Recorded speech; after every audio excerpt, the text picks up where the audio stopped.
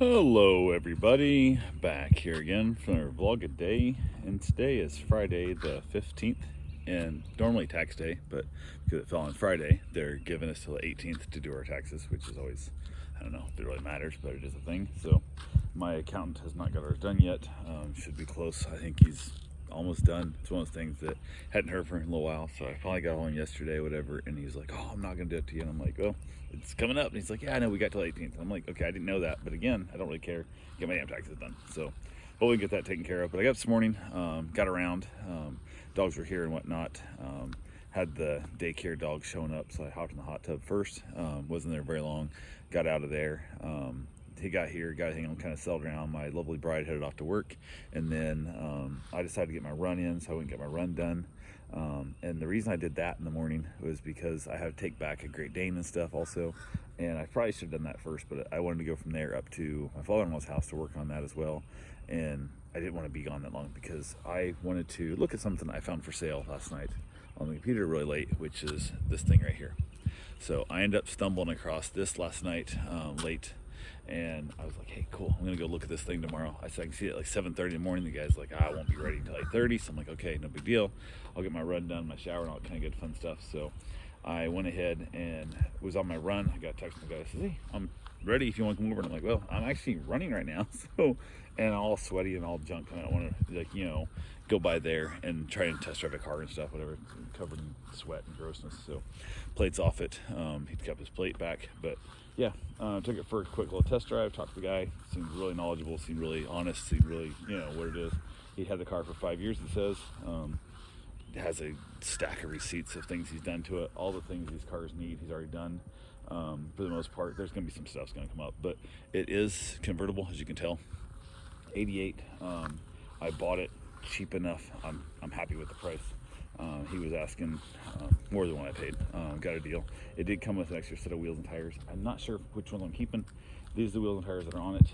They're not the stock wheels and tires. 88 had what they looks like a fan blade type, whatever we're gonna call it. I really like those wheels and tires better normally, but these fit this car really well. And the tires that are on those wheels are crappy, and they need to be replaced where these don't. So yeah. Plus these are 20 inch, I believe. These are 20s, and those are 16s. So although they ride smoother, they're a little bit softer to ride. They don't handle as good and whatever. And these look more modern.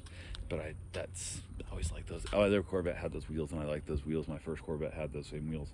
So I don't know. I'd love if they'd make those wheels in like a 20 inch. That would be phenomenal. But we'll see.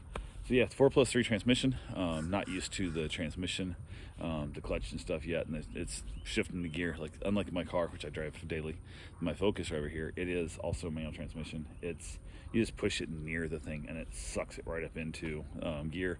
This one you have to push it into gear, and if you don't make sure you get it into gear good, it wants to kick out on you, kind of thing and stuff and whatnot. But fun little cars. They're not super fast. They handle nice. They handle surprisingly well, and they're like, I don't know, they're 150 plus stock, bone stock. With that transmission, probably do a little better than that, but they are what they are. So yeah, went ahead, happy with it.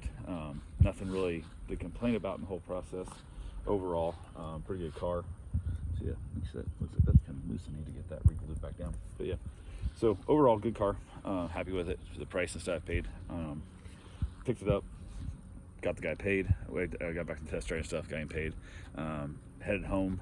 He followed me over on his motorcycle. He drove the car over for me, dropped it off here in the driveway, and then I took him back home and dropped him back off again. So pulled the plate and stuff. At that point, it's mine. I already paid him. I had the title in my hand.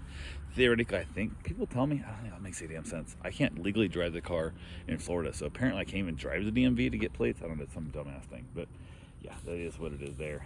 So I went ahead and drove it out here. So went and drove it over there, dropped it back off, and then from there, I called my wife and said, "Hey, are you free for a few minutes of fun? I want something I want to show you and stuff." She's like, "Yeah, I guess so." I'm like, "Well, I'm gonna come to you, so I'll make sure you're there and stuff." She's like, "Yeah, I guess I'm here." So I said, "Cool." I headed over, drove over in the car, got there to her and pulled up, and I said, "Hey, I'm almost there." She was walking out. She's like, "What's going on?" I said, Go for it. She goes, "Whose car?" And I'm like, "My car." She's like, "No, really, whose car?" And I'm like, "No, my car." And she's like, No. I'm like, just shut up, get in, let's go for a ride. So she gets in the car, tops down, of course, and stuff, whatever, because it's convertible, and why not? And I'd top it down here in a few minutes. I'm going to go look in another house and take it from there. But yeah, I was like, yeah. So she gets in, we drive around the block a little bit, we talk, and She's like, I said, I bought it. She goes, you really bought this? I said, yeah. And I was like, I don't really feel the need to talk to you about some things sometimes. We kind of laughed and joked and stuff.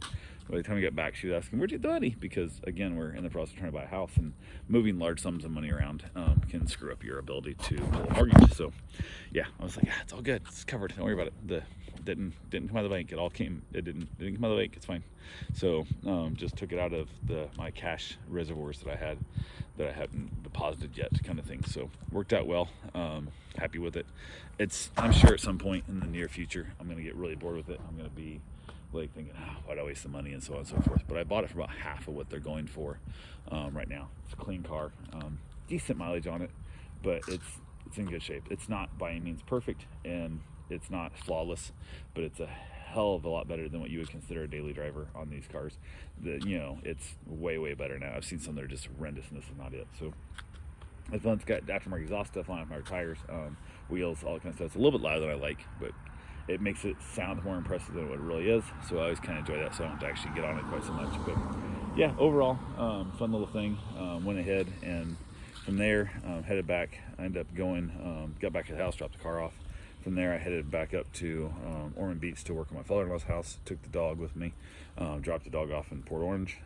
I got a text going, hey, when you drop the dog off? And I'm like, I thought I was waiting for you guys to tell me when to come drop the dog off, which normally I would just drive up there and stuff. And that was kind of where it was. I thought that's what it was, but I was waiting for this car to look at it. So went ahead, said, you can drop him off whenever. So he's like, okay, cool. So I threw in the truck, and I basically headed up, dropped the dog off. So I was just getting back from my wife a test drive in my new car, or test ride. I guess she didn't drive nothing. She just rode in it. But went ahead and got back here, threw the dog in the truck, and headed up.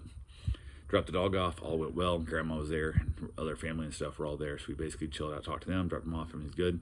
Got up to the house, started working on Richard's house, and I was packing things in and out and getting rid of stuff in the family room so I could move it out into the garage. Because we're getting rid of stuff in the garage, we're giving it all away, and so on and so forth. And I was like, okay, cool, we got this. I was just moving things around, moved out a couple chairs were thrown away, got the rest of the family room cleaned out for the most part, and was moving some records from the family room back into the main living room, where I'm stacking them up. And it was not my first trip into there. It was a little tiny walkway they left between the stuff they're keeping and the stuff that we're giving away. And she put a little tiny piano on the floor. Why was it on the floor? I don't know. It was super short, and it stuck out from the rest. Everything stacked up like literally this high, this whole row, except this one little piano, which is, I don't know, 8 inches, 10 inches high, whatever. And I'd seen it sitting there. We talked about it. I knew it was there. But it's dark in that room. There's no overhead lighting. There's a lamp that doesn't give off much light, and the curtains don't open, kind of thing. So had the door open, so I had some light in there, but just, again, like I said, a second trip through there. Or not first trip there, at least. I think I've had multiple trips that day. But I went ahead, and sure enough, and just hooked my toe or something. I'm not sure. I fell and tripped on that damn piano, and fell on the piano, and I fell face first into the wall, and my right leg smashed down on top of that kid's piano. My left knee hit the piano also. Scraped my left knee up, bladed up pretty good. But my right shin just swelled up like the size of half a chicken egg. Like, it was massive lump on my shin, and smashed my mouth. A little busted up there on my lip. Cut my finger up, which wasn't bad. It's all like right in that knuckles where you try and bend it. It's gonna take forever to heal up. So grabbed some paper towels. The finger was bleeding pretty good. The knee was bleeding. Shin was bleeding. So I basically grabbed paper. I washed myself off, whatnot, and burned. Always burns. And then wrapped the finger up in paper towel. Wrapped some packing tape around it. There's no bandages, no gauze, no nothing. So I wrapped paper towel or packing tape around it. Looked around the ice freezer, looking for the pea stuff. Found an ice pack. Grabbed a couple old towels I found on the floor in the garage. Went out, wrapped the ice pack around my leg, tied the towel around to hold it in place, and decided I was going to just put my leg up for a couple minutes. So threw my leg up on top of the recycling container as I sat there, smoking a cigar, finishing off not finished, but smoking more of my cigar for about 15 minutes or so, while I let the ice kind of just keep the swelling from getting so bad on my leg. And the swelling did actually go down a little bit, which was nice. And then got done with that little break, got up, started working again, and continued to pack the house up. Finished packing everything I wanted to get rid of into the truck, which now my truck's full of everything, and then moved the couch out by myself from the family room out to the front of the house and the road for hopefully curbside pickup. Maybe somebody will need it. Maybe I don't know, somebody start a bonfire. I don't care. What they want to do is get it off the property. That's all I care about. So yeah, got that done. Packed up everything that was wanting to be kept, into the garage that we have separated out. There's still a bunch of stuff got packed up in the house, but I've opened up space. So now they got to do, they need to go straight to the garage with it. As they pack it up, they can stack it in the living room. I can pack it out later. And after I got that done, I went to go ahead to pack up some more records, and I just could not sit on my knees because the records are down low side. I kneel down on the carpet in that room, and I pack up boxes, and then I tape them up and I move them, and I couldn't do it. My shin and my knee was just straight fire. I couldn't do it. So, but luckily I'd already rained today, so I didn't have to worry about that. So got ahead, headed back, had to hit Sam's Club because I couldn't pack my records up. Hit Sam's Club up, grabbed some soda for myself and some peanut M&Ms, and then from there headed on home. I was already out of Sam's, heading down when I got a text saying they were coming to pick up Odin, and I said, hey, I had to run to Sam's Club and stuff. I will be there right around the same time you are, depending on what time and stuff. And she said, okay, cool, no big deal, blah, blah.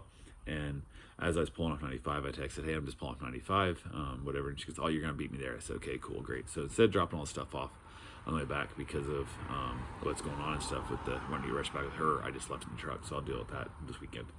Got here to the house, everything was good. Mom and the dogs were fine. I wasn't gone that long, and the dogs were super chill. So giving back the dog, kind of had to ask her for payment. Like, it was one of those things like where you owe me $20, and why am I asking you for payment? Because that's special in this repeat continuing business.